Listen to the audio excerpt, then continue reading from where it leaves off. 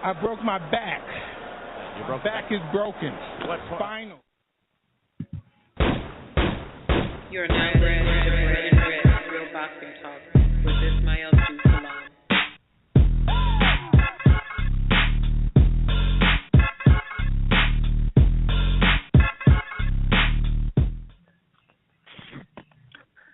Good evening, everybody. Welcome to the latest edition of the Bread and Red Boxing Show.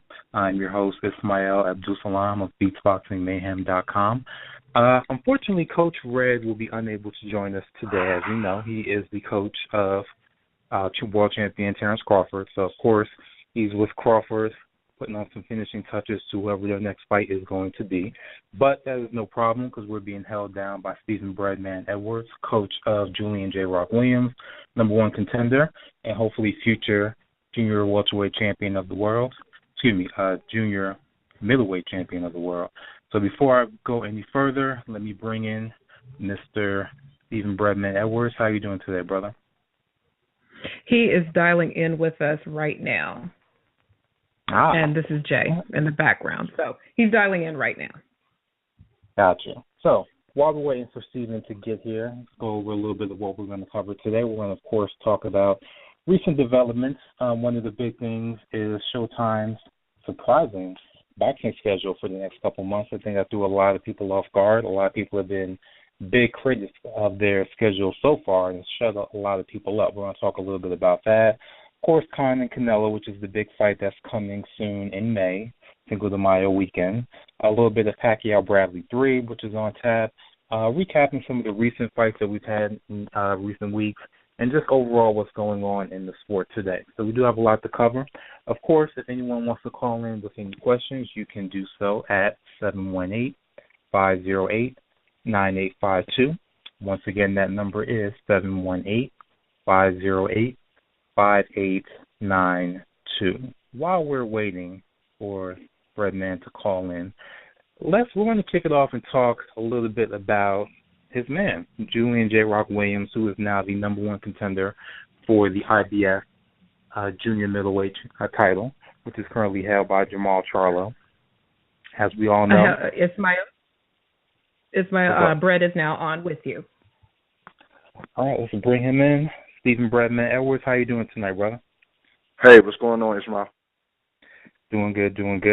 So, you have very good timing because we're about to get in and discuss J-Rock and, of course, the status as #1 contender for the IBF title.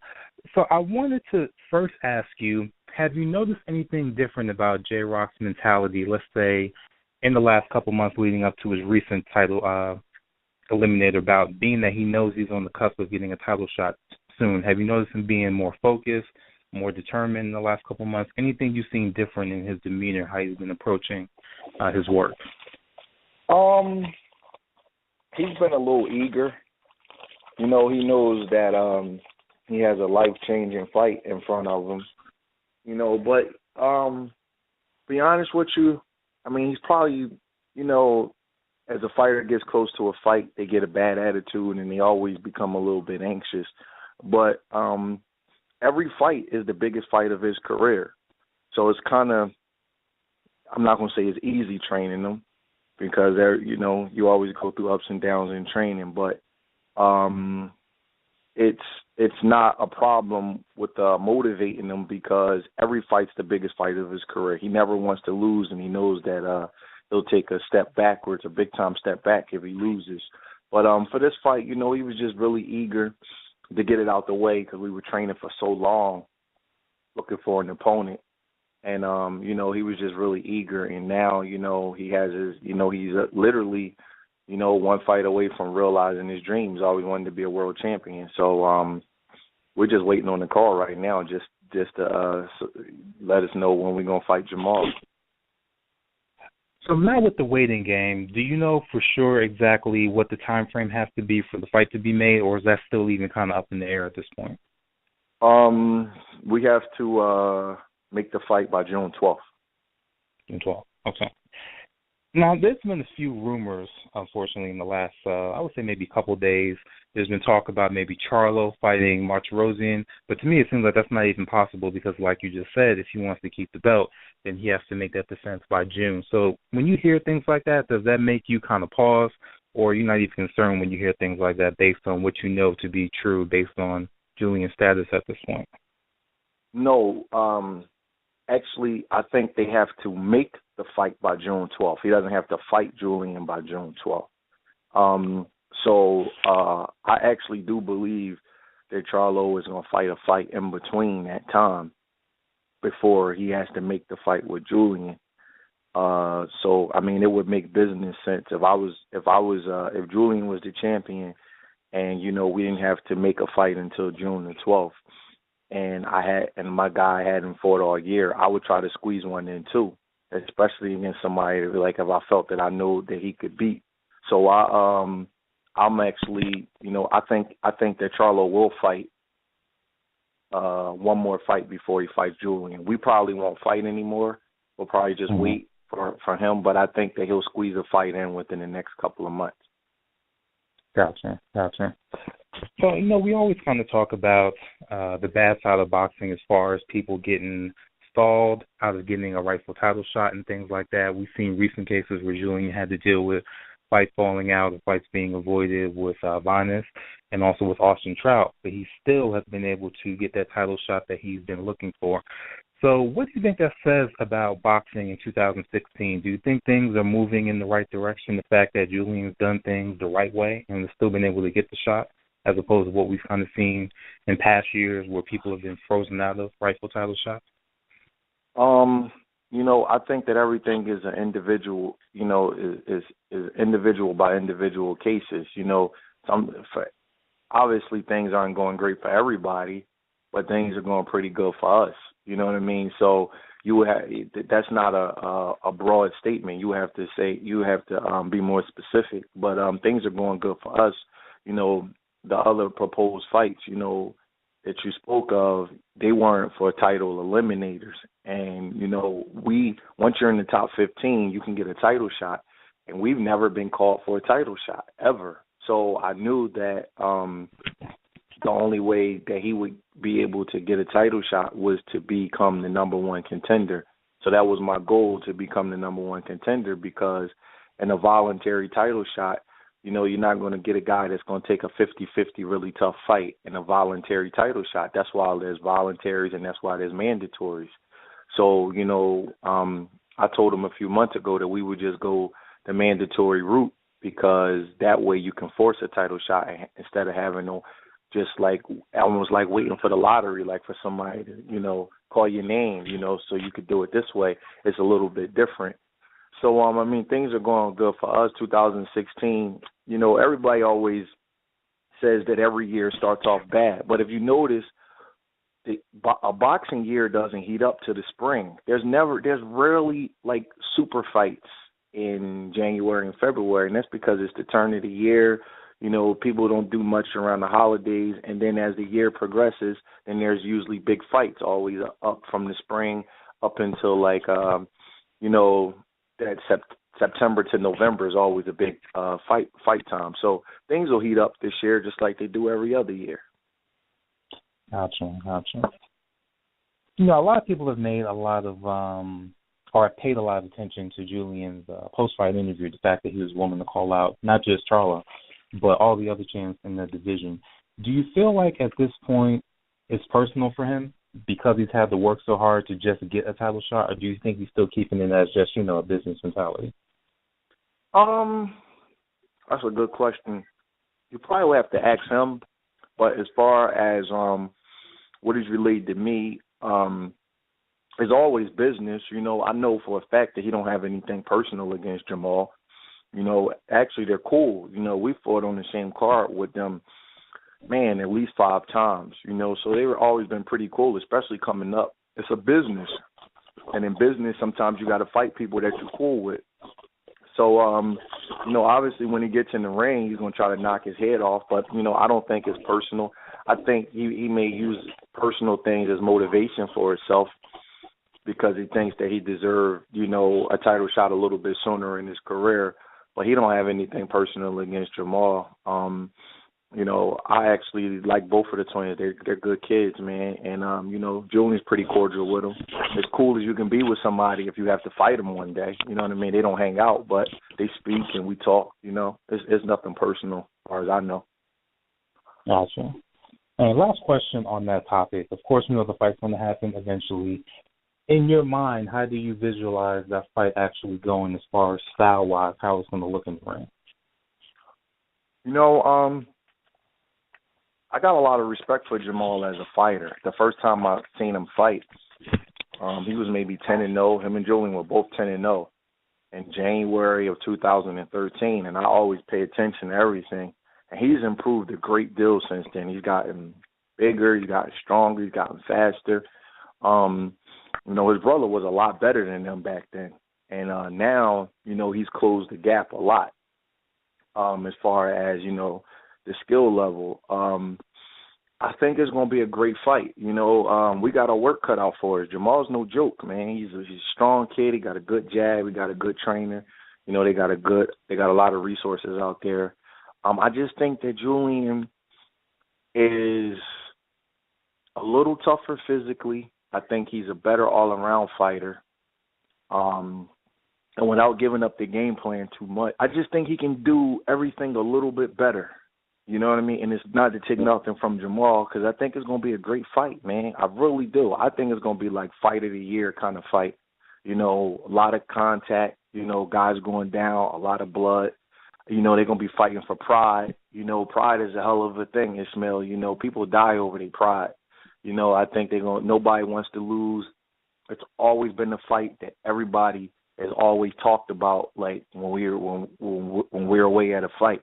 Man, Julian and Jamal is the fight. They don't even say it too much with Jamel. It's always been Julian and Jamal. And I think that both kids want to win. It's going to be a very, very competitive fight. But for some reason, Julian has always, he used to say it quietly, now he just say it publicly. He'd be like, Steve, he can't beat me. I just know I can beat him. And, fighters, people always say that fighters aren't scared of other fighters. And I don't believe that, that they are for the most part. But I never say that, because fighters are scared to lose to other fighters. You know what I mean? Fighters don't want to lose. The guys know what styles give them trouble and what styles don't give them trouble. And he's always felt that he could beat Jamal. So I think it's going to be like a Hagler-Hearns kind of fight. I really do. I think it's going to be a great, great fight. But you never know how a fight is going to turn out, Ismael, till two guys get in the ring and you see how their styles mesh. You know what I mean? Until you see how things go, But I think it's going to be a great fight. I really do. Both guys can punch. Both guys let their hands go.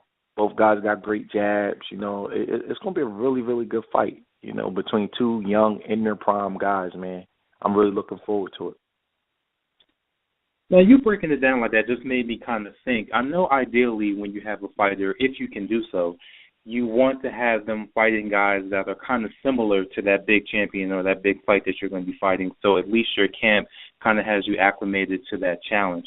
But it seems like in this case, on both ends, you guys have fought diverse opponents, but no one really liked the other one. And I think that's going to kind of contribute to, like you said, a great fight, because it's going to be new territory for each guy. Do you kind of feel that way too? They're definitely going to be the best fighter that each other has ever faced. Right. But Jamal has his brother to spar with. Him and Julian are very similar in dimensions. We got guys here in Philly that's similar to Jamal in dimensions. It's not the same as a real fight. But I think they're both going to be the best fighter that each other has ever faced. If Jamal could find somebody that was just like Julian, then, the guy name would be Julian Williams. And if Julian could find a guy that was just like Jamal, then the guy name would be Jamal Charlo. So, our last opponent obviously is the exact opposite of Jamal, but we didn't pick him. That's what the IBF, said who we had to fight. So, I don't think it'll be too much of a problem adjusting to the style. Neither one of them, both of them are technically sound. Both of them are very conventional in their style. It's not like they're fighting a guy like Nassim Hamed or somebody that was just had a weird, quirky style that you had to get used to. So both of them, they kind of fundamentally sound, and, kind of what you see is what you get. So I don't think it's going to be a big adjustment to Jamal's style. Gotcha. So one thing you just said a couple minutes ago, you talked about pride, how important pride is. And as we both know, people have died over their pride before. So that made me think about a fight that we had a little bit over a week ago that a lot of people are still talking about, and that was Antoine Douglas's fight where he was upset by Kurtzai. And I kind of wanted to get your take on that as a trainer. If you were in Douglas's corner, because now I've been hearing back and forth stuff about this, do you feel that fight should have been stopped before the final round, or do you think Douglas has shown enough where he should have been able to at least try and make it to the final bell? Man, that's a great question. You know, people always second-guess corners, Ismael. It's the toughest job in the world, man, you know, because everybody's going to second-guess you. You know, I watched David Lemieux when he got stopped by Rubio a few years back, and everybody said that was too early. You know, they were like, he wasn't hurt like that. Why did they jump in and stop it? And, you know, they wanted for him to live and see another day. And when you got an undefeated fighter that you've never seen in that kind of trouble before, you always want to give them the benefit of the doubt. You know, looking from the outside, it's easy to say, stop the fight. Now, personally, I do think they probably should have stopped the fight. You know, the kid was a little bit disorientated. You know, he wasn't as sharp mentally. I heard him in the corner. You know, I didn't see him in the corner at the fight because I was live at the fight, but I watched the fight later on tape. And when they were talking to him in the corner, you could see that his responses weren't sharp. You know what I mean? He had like a glassy look in his eyes. So you probably do stop the fight, but I don't want to criticize his corner, man, because those guys, you know, it's just a tough spot to be in. The kid is undefeated. He's ranked number 3 in the world. You know, he's fighting back. He wasn't fighting back. Every time that the guy would get off on him, he would get shots in himself. And you're always hoping for that Arturo Gotti, Matthew Saad Muhammad turnaround as the corner. And then there's a lot of other factors. You know, you have some fighters that tell you, listen, don't ever stop one of my fights. Let me go out. However way I'm gonna go out, that's God's will. You know, Julian has told me that. Don't stop my fights. I don't care how bad I'm getting beat, Steve. If something bad gonna happen to me, let something bad happen to me. He's actually told me that. Karan Davis has told me the same thing. Don't ever stop a fight that I'm in. And fighters sometimes make that pact with their trainers. You know, I don't want to say a name, but a prominent trainer told me that his fighter told him, I'm never quitting under any circumstances. He said the fighter came back to the corner. He was in with a great fighter, and he was losing, and he wanted to quit. And he said he reminded him and said, listen, you told me you're never going to quit. I'm not going to let you quit. And he made him push through, and he fought the whole 12 rounds. So it's a tough call. I do think the fight should have been stopped. I think that if the guys had another chance to do it, then they would do it. But his corner's taken a lot of criticism, man. I was in the locker room with those guys. They were very concerned. You know, I think they were all in shock, to be honest with you, because I don't think they realized what they were getting into. You got to remember, Douglas took that opponent on short notice. Right. And, you know, I don't really know Douglas like that. You know, I speak to him, and, you know, that's pretty much it. But, you know, I told him, I said, look, man, the dude you're fighting, he's not nothing to play with.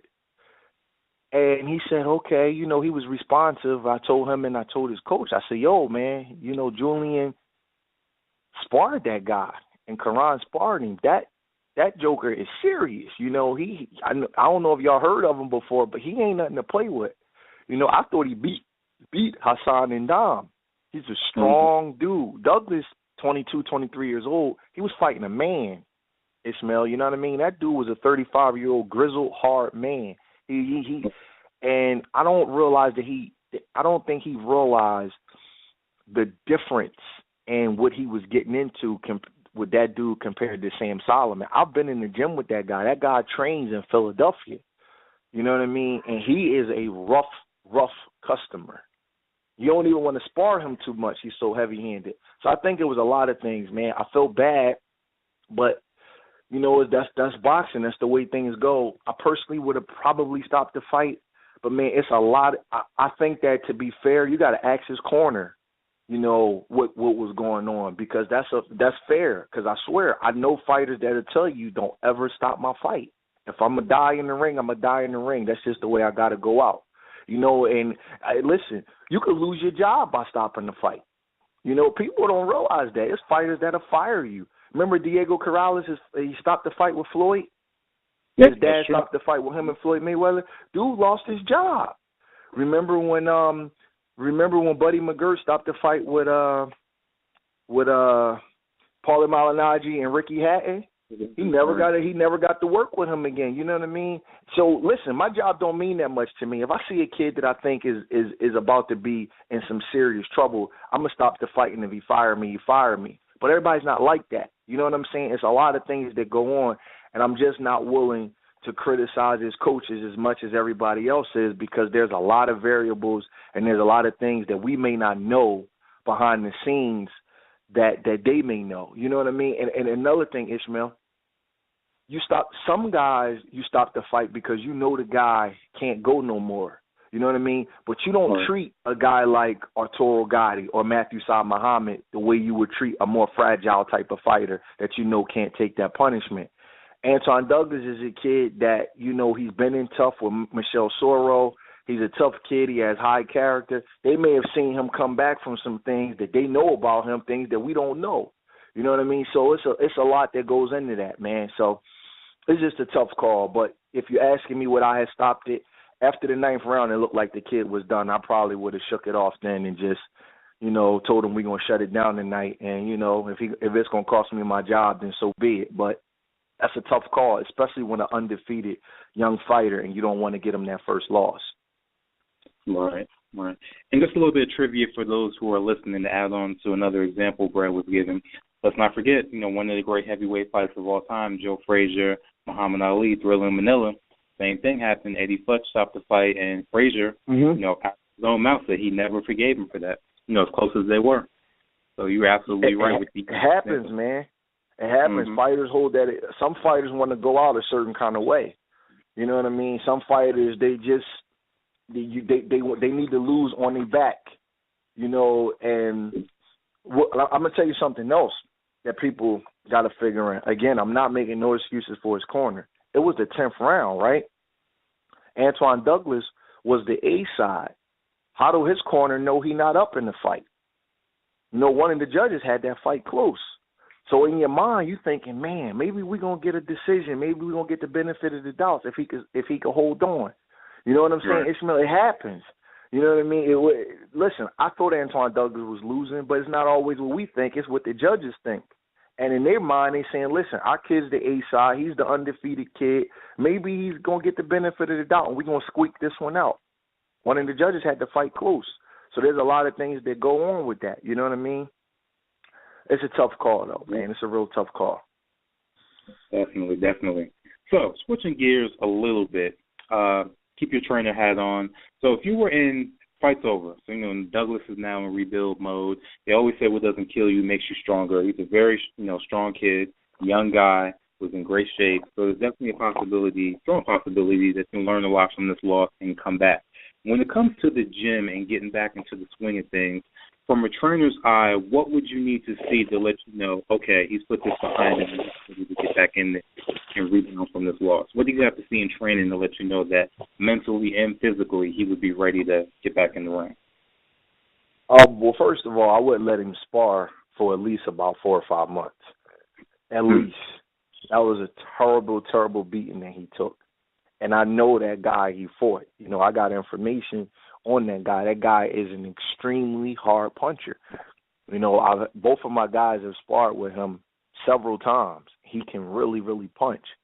So to take all of those punches for 10 rounds, I will let him completely heal up. I will also, there's little things I would see, his reaction time, how he's reacting to punches. Is he slipping them? Is he blocking them? Is he gun shy? Is he willing to get hit? There's a lot of things that you got to look at. And then you don't want to overanalyze. It's boxing. Every time somebody get their ass kicked and take a bad beating, it doesn't mean it's the end of their careers. It's boxing. Sometimes people just push the panic button. They're like, oh, my God, his career is over with, just because you take 1 or 2 ass whoopings, and that's not true. You know what I mean? Right. A lot of times you're more shot mentally than you are physically. If that was the case, could Marco Antonio Barrera had came back from that 12-round ass whooping that Manny Pacquiao gave him in 2003? Because he beat Eric Morales again in 2004. You know, things happen. You know, could Pacquiao come back from the Marquez knockout? He beat Bradley after that. He beat Chris Algieri after that. He beat Brandon Rios after that. So fighters come back. Diego Corrales actually fought the Jose Luis Castillo fight after Floyd destroyed them 4 years later. So every time a guy get beat up and knocked out, that doesn't mean that his career is over with. So you don't want to overanalyze either. It's a really tough situation. But I wouldn't let the kids spar for about 4 or 5 months, and I would get him about 2 or 3 turkeys to come back on and let him go head on and get his confidence back. And then, you know, we'll see where he is from there. I wouldn't rush it at all. And you don't want to let him come back too soon. I think Roy Jones made that mistake with Tarver, where he came right back and he fought Glenn Johnson a couple months later, and he didn't take a punch the same anymore. So I wouldn't let him get hit at all in his head at all for at least 5 or 6 months. Because you got to realize, if he fights a couple months from now, he's going to have to spar. He's going to have to train. You know what I mean? He's going to you take more punishment in the gym than you do in a real fight any day of the week. You know what I mean? Right. So I wouldn't even schedule a fight for him until about 6 months from now. You know what I mean? His body needs time to heal. It's a really big healing process of what he's going through. So he don't need to be getting hit on. If he got beat to the head and the body for 10 rounds, that's a long time to get beat. Yeah.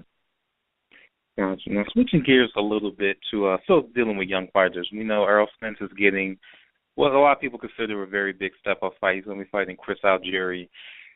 That, to me, is a really good fight, especially style-wise for both guys, especially to see where they're at this point in their careers. You know, it's kind of a risk to a degree to Spence, even though most people consider him the more talented fighter. How do you size up that fight going, especially now that Algieri, as we saw in the Khan fight, you know, he's fighting a little bit more aggressive, but he still has his boxing style he can fall back on. How do you see him approaching a fight with Spence and how that fight's going to go? I don't think it's a risky fight for Earl Spence at all. I think that this is the kind of fight that a kid like Earl has to be willing to take right now. You know, Earl Spence is 26 years old. He's an Olympian. He's been a pro for 4 years. This is the kind of fight that he should be able to take right now. I don't think it's risky. I think it's a good fight. I think it's a step up, but I wouldn't consider it a risky fight. Usually elite-level Olympian, blue-chip kind of kids can fight a Chris Algieri, you know what I mean, at the age and stage that Earl Spence is at. So, and I think Earl Spence is the truth. I think he's the goods. I think it's a good fight. I think that I don't know if Algieri has the pop to make Earl respect him. You know, Earl kind of is an aggressive, stalking kind of fighter. And once he gets his rhythm going, he kind of like walks you down. He catches punches real good with his hands, and he kind of overwhelms you with his volume, you know, and he's a really, really good body puncher. I like Algieri. You know, Algieri has fought a really, really rough schedule in his career. I like Algieri. I think he's a good fighter. But Algieri goes down. He has a damaged eye. You know, his eye looks funny when he starts getting hit. You know, Pacquiao and Ruslan really damaged his eye. I favor Spence. You know, I don't know if he can KO him, but I wouldn't be surprised if he did. I think Algieri looked really good under John David Jackson and Amir Khan fight. But Amir Khan has flaws that Spence doesn't have. Amir Khan can't fight on the inside. He kind of pushes and he gets a little bit disorganized and he gets frantic when you get on the inside, where Spence is a great inside puncher and a great inside fighter. So if Algieri steps to Earl the way that he stepped to Amir Khan, I think it'll be a different result. I think that John David Jackson did a good job in having Algieri fight to Amir Khan's weakness and attack one of his flaws, and that is he don't really like it when you crowd him and invade his space. If you look at his fight with Marcos Maidana, and if you look at his fight with Lamont Peterson, he didn't do well when he was, pushed around on the inside. Amir Khan kind of wants you to box him so he can get full extension on his punches. He handles boxers a lot better than he handles attacking fighters. But I think if Algieri attacks Earl Spence, then everybody's going to say, well, he changed his style up, but his changing his style up against Earl Spence may not be beneficial because he's going to be going into the meat cleaver, man. So I think it's a good fight. I think it's a competitive fight, but I definitely favor Spence to win the fight. Now, staying with the welterweights, we have another matchup that actually people have been asking for years, kind of forgot about, and now it's kind of like right smack back in your face, and that's the rematch between Victor Ortiz and Andre Berto. Very different point of their careers now at this stage. It's a good matchup for both fighters. They're kind of on the downside, but this could basically reignite both of them to get another good marquee matchup at the end of the year. I wanted to get your take on who do you feel actually has more left at this point. To me, it's kind of a toss-up, being that especially Ortiz hasn't been as active, in recent years. So to me, it's hard to tell. But from a trainer's eye, who do you see as more refined and having more left at this stage, and who would you favor in that rematch that we got coming up? Man, you asked some good questions, man. Appreciate it. Let's see. I definitely think that both guys have slipped a little bit. A lot of bit, actually. I was actually surprised that Berto didn't get knocked out by Floyd Mayweather in his last fight. I thought Floyd was going to hit Berto on the chin and knock him out.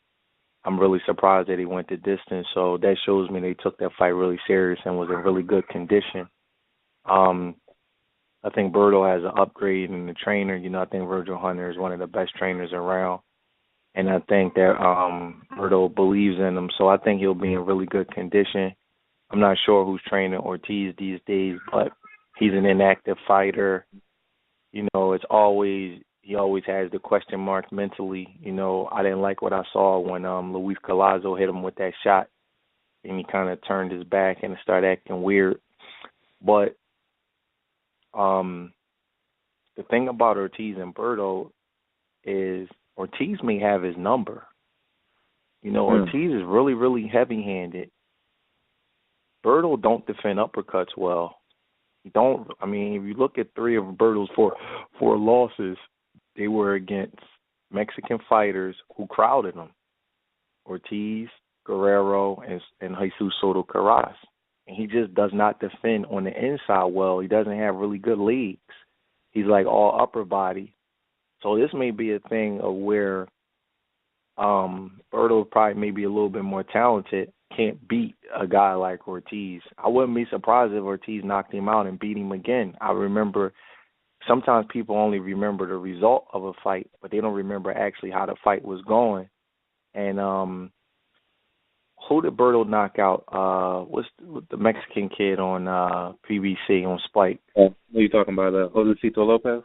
Josecito Lopez was hurting him. Yeah. And I was like, damn, man, he just, when you attack Berto, he just doesn't respond well, So I think it's a 50-50 fight again. If we remember, Ortiz was kind of being fed to Berto at the time that they fought the first time. If you remember correctly, Ortiz had just got knocked out at 140. By Maidana. They throw him up there at 147. Berto's undefeated now, and they're talking about him and Floyd, and Ortiz goes and beats him, And Berto had his moments throughout the fight, but Ortiz, handed him his head. So sometimes a guy like Ortiz who's mentally shaky, there's always that one guy that they know that they could beat. He may fall down against everybody else, but it may be something about Berto that he knows that he can beat. So I wouldn't be surprised if Berto beat him again, man. If Ortiz beat him again, this is no walk in the park for Berto, even though Berto, has been competing at a higher level and been more active, and he just won 12 rounds with Floyd and things like that. Sometimes a guy can just have your number, and the last thing you want to do is give Victor Ortiz confidence. And I'm sure if he got confidence in anything, he got confidence in what he did to Andre Berto, because if you look at his career, that's the most significant victory of his whole career. You know, Berto is the peak of his career. So Berto has his work cut out for him. You know what I mean? Because nobody's ever denied Ortiz's talent. You know, his problem is upstairs. You know, so I still think it's a 50-50 fight, to be honest with you. I don't really favor Berto too heavily in this fight like a lot of people is. Gotcha. I agree. So now you talked about Khan earlier, so I wanted to flip back on his big fight coming in May. Most people are not giving him any type of shot to win that fight. Has anything changed for you in the last couple weeks as far as, seeing Khan a little bit bigger now? Do you see him as a little bit more of a long shot to win, or do you just see him having no chance against someone as big as Canelo? I never say a guy has no chance when you're talking about two world-class guys. Because a lot of these fights are won at the weigh-in and they're won in training camp. So you're never going to hear me say a guy has no shot. Obviously, Canelo is the favorite. Obviously, Canelo should probably win the fight. But I'm going to tell you something, man, that people don't realize that's not in the boxing. And you're not in the gyms every day. A smaller man usually has the advantage over a bigger man in the gym, Ismael, because they're quicker, they're faster, their body can get from point A to point B in a shorter period of time. Their reaction time is faster. The problem is when the bigger man starts beating on the smaller man. Can the smaller man take it?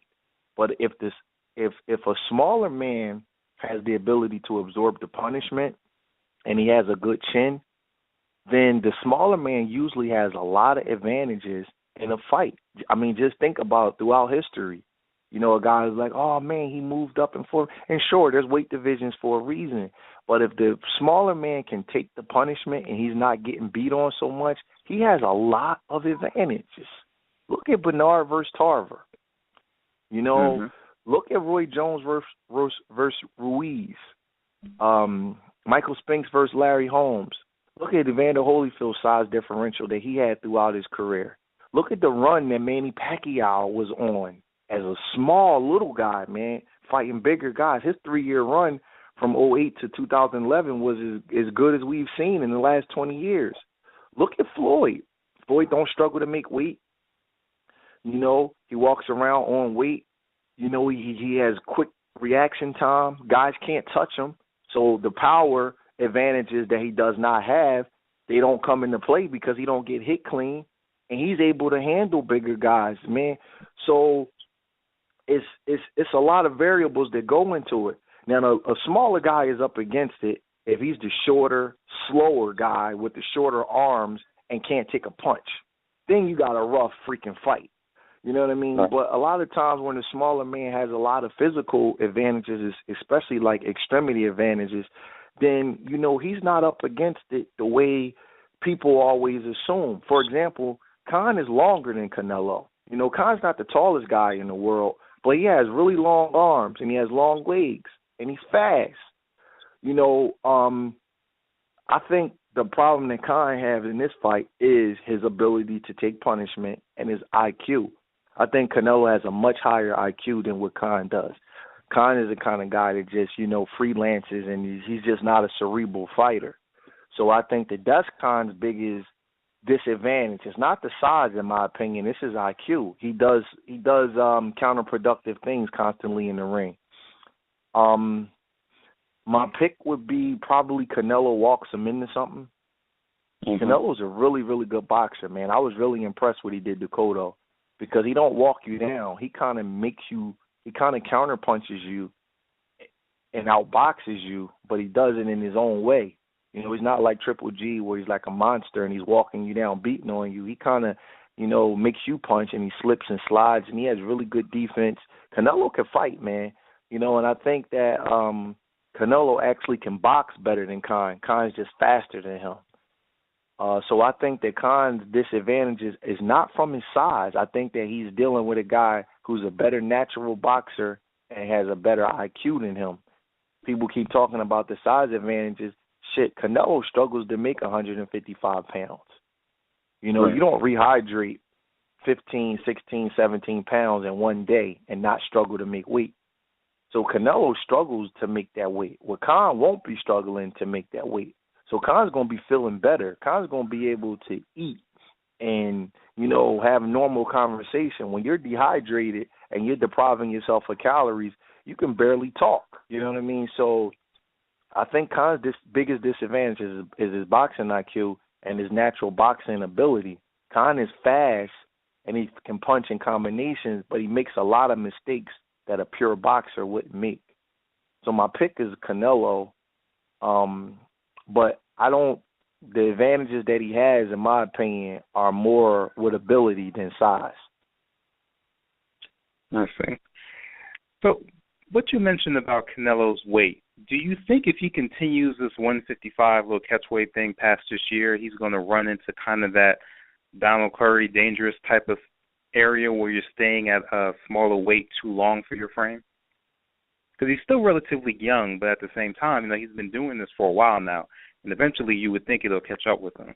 I think that that fighters in this era, everybody always talks about how long these guys last in this era, but I always say they don't last long as far as number of fights. They last long as far as number of years. But when you fighting once or twice a year, sure, you're going to last longer than other guys who fighting 8 and 9 times a year. There's a difference in the number of fights. Mm-hmm. And I think that guys are, you damage your organs by constantly dehydrating yourself to make a weight, But I think that Canelo has a lot of resources. He has a smart team, and I think they understand how to do it without damaging them.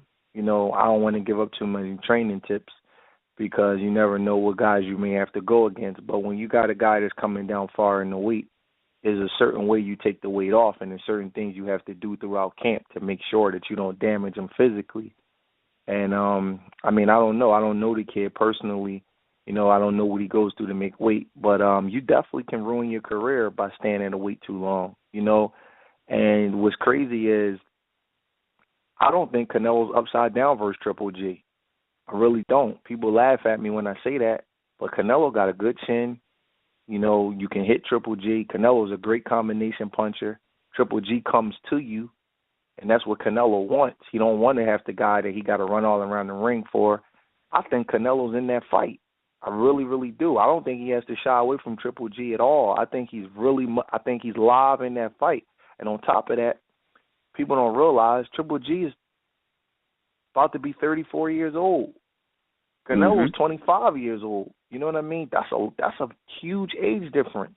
I'm not saying that Triple G's on the downside or anything, but what I am saying is things you could do at 25, 26 that you can't do at 33, 34. I don't think that he has to shy away from him at all, man. You know what I mean? I think that he's right in that fight all day long with Triple G. People may laugh at me when I say that, but I think Canelo will be stronger at 160. He won't have to deprive himself of those last 5 pounds. I'm not saying he could beat him, but I'm saying that he's not upside down in that fight. I think it's only 60-40. You know what I mean? I think he's really, really a live dog in that fight. I agree. Well, we have a caller on the line that wanted to ask a question, my man Mike Money. Go ahead with your question. First and foremost, Brother Brad, congratulations to Team J-Rock. That was a beautiful victory. I'm glad he's finally getting a shot at the 154 strap. My question is this, and another thing, I'm glad that J-Rock never misses weight. In light of what happened with David Lemieux, should there be a more punitive penalty for fighters to miss weight? Because, I know the safety of the fighter is one thing. You're missing weight. I think more than 3/4 of the purse should be taken away if you miss weight and give it to the other person if they fight or not. What is your take on that? First of all, thanks a lot for the congratulations. And I agree with you, man. I think that it gets done too often.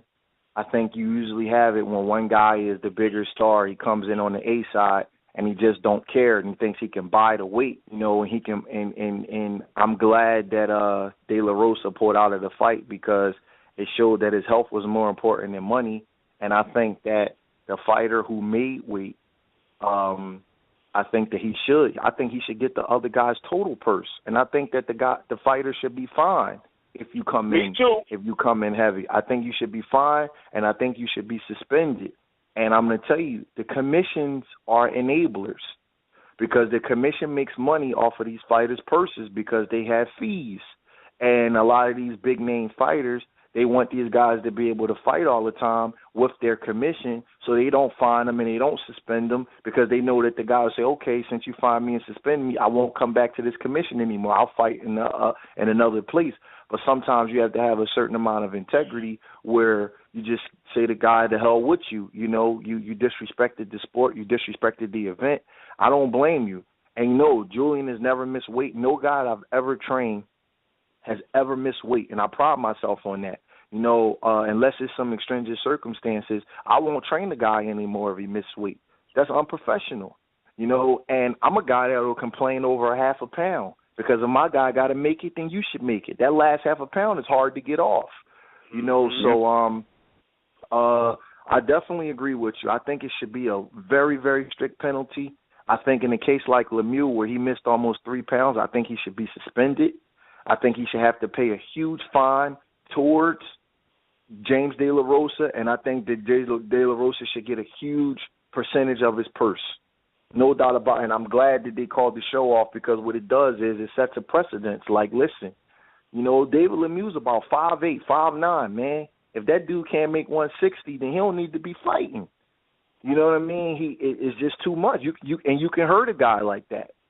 Getting heavy like that and the other guy is not, and you putting on too much weight in between from the day of the weigh-in to the day of the fight. That's no good, man. I hate to see that, man. And it's usually always a spoiled fighter taking advantage of the fact that he's the more marketable, more recognizable, more powerful fighter, man. And I don't like to see that at all. Excellent. Mike, we got time for another question. Did you have any other questions? Yeah, in regards to what you just said, Brother Brad, how culpable are the trainers? Because I look at it like this.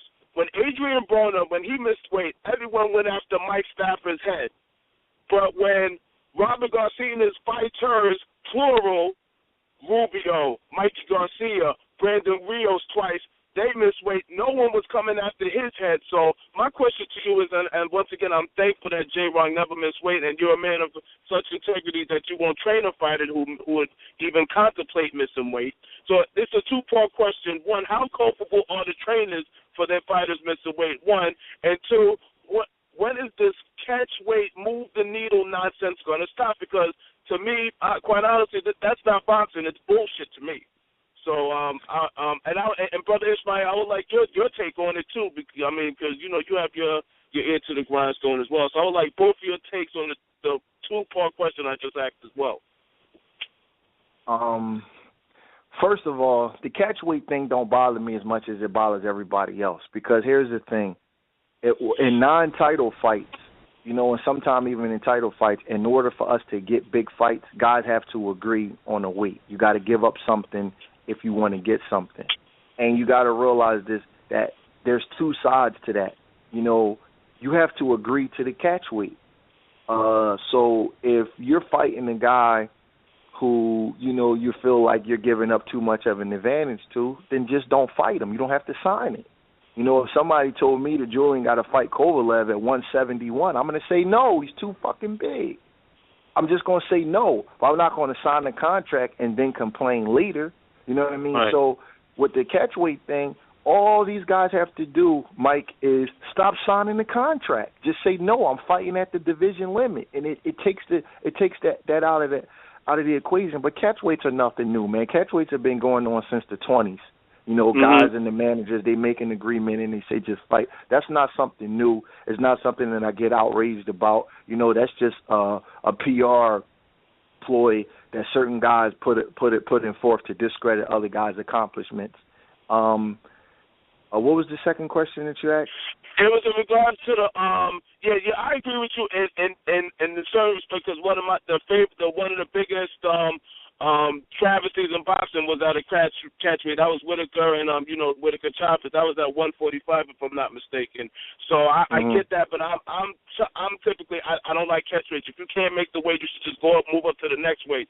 That's just my personal opinion. The second part was about how culpable are the trainers. I mean, it seems like there's an imbalance with certain trainers with their fighters missing weight as opposed to the quote-unquote known trainers and their fighters missing weight. There's not an equal level of culpability there. There's more outrage for the Mike Staffords of the world, and God forbid, let's say this, I'm just using it as an argument's sake, if Terrence Crawford or J-Rock miss weight, there will be, after your heads, more other trainers and their fighters.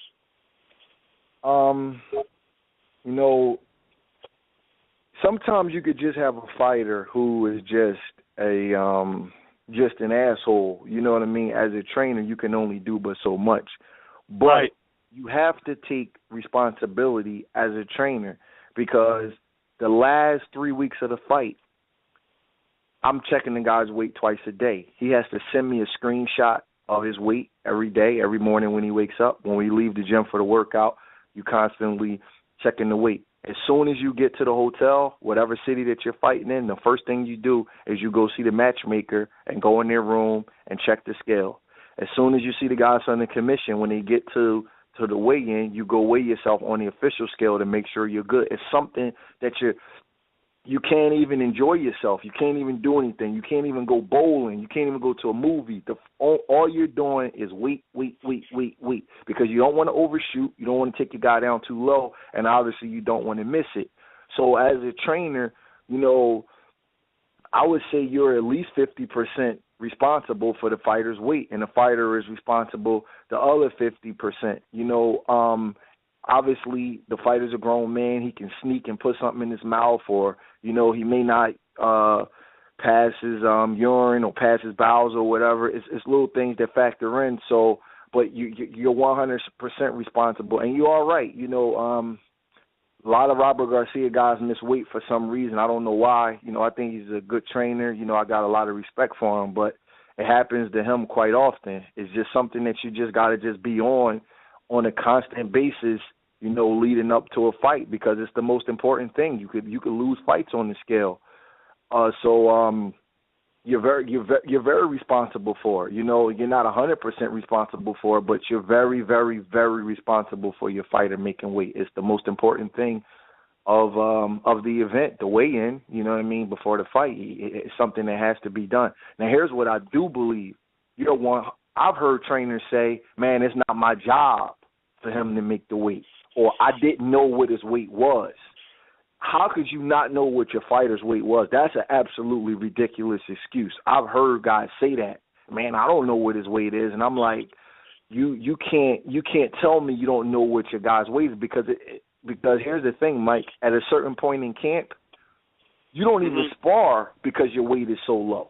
You understand what I'm saying? You got to understand this. Like, if you got a guy who fights at 147, right, you're not going to be sparring him at 147. You're not going to spar him at 148. You know what I'm saying? Because he's too light. You know, so if you don't know what your fighter's weight is throughout a camp, then you're not a good trainer, because you got your guy taking punches when his body is deprived. So when I hear a trainer say, man, I'm not a babysitter, I didn't even know what his weight was, I'm like, wow, bro, he need a new trainer. Because, listen, it's one thing to miss weight. It's something totally different for you not to know what his weight is. I mean, that's the question I ask my guys more than anything. What's your weight? What's your weight, and when's the last time you had sex? I ask them that. That's the number one question you ask them. So when I hear a trainer that say he don't know, I'm like, wow, man, you know, that's a little shocking to me. But everybody had their own system of doing things, but you have to know what the weight is. Appreciate it. Just to chime in, Mike, as far as the two-part question on my end, in Mike Stafford's case, I really think he's paying for the fact that Adrian Broner is such a polarizing figure. That's where I think a lot of that comes from, where the fact that people have such extreme opinions about Adrian, it transferred over to him in this case, unfortunately, as far as the weight thing goes. And I think because a lot of Robert Garcia's, maybe outside of Brandon Rios, you know, guys are low-key or don't speak English, don't really polarize people like that. That's why Robert Garcia is able to avoid, you know, some of that criticism that will come with his fighters missing weight. The other part of your question, I tend to agree with you simply because I see a lot of people taking catchweight fights just for the money and then choosing the money over their health. And that's where we end up having these crazy situations where, Chad Dawson looked so bad against Andre Ward. And I think in the end, that kind of hurts everybody because it's not Ward's fault. Just like, my man Brett was saying, Dawson agreed to the fight. So it's not Ward's fault, but the fact that he looked so bad in the fight, it kind of undermines that victory when it should have been. Hey, Ismael, though, I want to correct you a little bit. Ward and Dawson wasn't at a catchweight. It was at 168. 168 is a division. Ward, Dawson just happened to move down a weight division. That was no catchweight. It was for Ward's title. Right. Yeah, he shouldn't have took that fight. It should have went down that way. But situations like that where you're basically going to a weight that you shouldn't be at just because you're looking at it from a monetary perspective. When I see catchweights like that, then I tend to agree. But just like now with Canelo and Golovkin is holding firm. He's saying, I'm not going down to 157 or I'm not going anywhere below 160. So we're going to make this fight. I'm sticking to my guns. And we're seeing that he has a little bit of the ability to do that, even though Canelo's still the quote-unquote bigger pay-per-view fighter. Golovkin's not letting himself get forced into something that he knows health-wise wouldn't be to his benefit. So as long as fighters, like you said, can stick to their guns, we'll see less and less of this happening, and we'll still be able to see marquee matchups. Or if it is a catchweight, it will be people going to weights where they know they can at least be comfortable and competitive at. I agree with that totally, and I'm glad Golovkin is doing that because he has enough power to say, I'm not going to fight you at 155, and everybody's going to be on his side. So it's going to be up to Canelo to kind of, Canelo's going to have to bend. I don't blame Golovkin. He's the number one contender with the WBC. He's the he's the people's champ in the division. I don't blame him for not wanting to fight Canelo at 155. The ball is in Canelo's court. And I think he's smart for saying 160 or nothing. Definitely. Oh, and just to switch gears a little bit, when we were talking a little bit earlier about big men and little men, there was an example that came in my mind that I think a lot of people forget sometimes. I think it's a good fight for people listening to watch if you hadn't seen it before. And that's Muhammad Ali's fight against Bob Foster, who was coming up from light heavyweight. And a lot of the things we're saying, he was faster. Well, he's just as fast as Muhammad, was able to meet his jab, was actually the only fighter in history to cut Muhammad. But the only issue was, even though he had some of those advantages when they were, doing exchanges, he was just too small to be able to take Ali. Couldn't take the punches. When a smaller man can't take the punches, then that's where the issue comes in at. But if you got a smaller man with a really, really good chin, because imagine if Bob Foster could take Ali's punches the way Ali could take his, then you got a really super competitive fight. That's why that's why I always bring up the fact that the smaller man could take the punches. Like a guy like Roberto Duran, guy like Ray Leonard, those kind of guys can move up and they got chins, so they got a lot of advantages in the fight as far as speed and timing and dexterity. And on top of that, they're not getting hurt that bad. You know what I mean? But Bob Foster just simply couldn't take his punch. Or from Joe Frazier, by the way. Have you seen that fight? Oh, yeah, definitely. All right, so before we conclude, I'm going to throw it over to my illustrious co-host, Jay, and she's going to run down the boxing schedule for this coming week. All right, listeners, fights coming up this weekend on Telemundo, Alejandro Hernandez versus Isao Carranza. If you have Telemundo, tune into that. In Philly.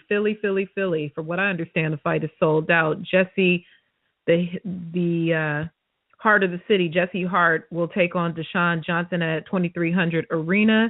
And Mike Yes Indeed Reed, another frequent guest of the show, he'll be fighting on the undercard of that fight. On Saturday on Unimas in Houston, Juan Diaz versus Fernando Garcia. In Atlantic City, Thomas Lamana versus Kendall Mena. Boston got some fights going on. Look like they have a club card there.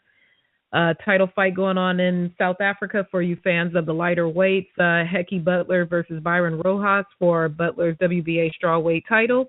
And that is the weekend fight schedule. All right. Thanks a lot. And before we conclude, Brad, did you have any closing thoughts? No. Thanks for having me on, guys. Appreciate your time, man. All right, we'll be back next month with another edition of the Bread and Red Show. Make sure you tune in this coming Wednesday for a new edition of The Ruckus at 10 p.m. Eastern Time, and also on Friday at noon for the Jay and Michelle let me get that title right, Jeandra. What is it exactly? Yo. I'm messing it up. The Morning Punchin' Show with RB and J. More jaywalking, more pranks, more hot topics, more word on the curb. If you missed last week's show, I suggest you go download it. It's on YouTube. Funny shows, great shows. Hotline Bling is becoming a thing, so make sure you tune in. Perfect. All right. Thanks, everybody, for tuning in, and we'll see you on Wednesday at the Ruckus. Peace. You're now ready to Bread, Real Boxing Talk with Ismael AbduSalaam.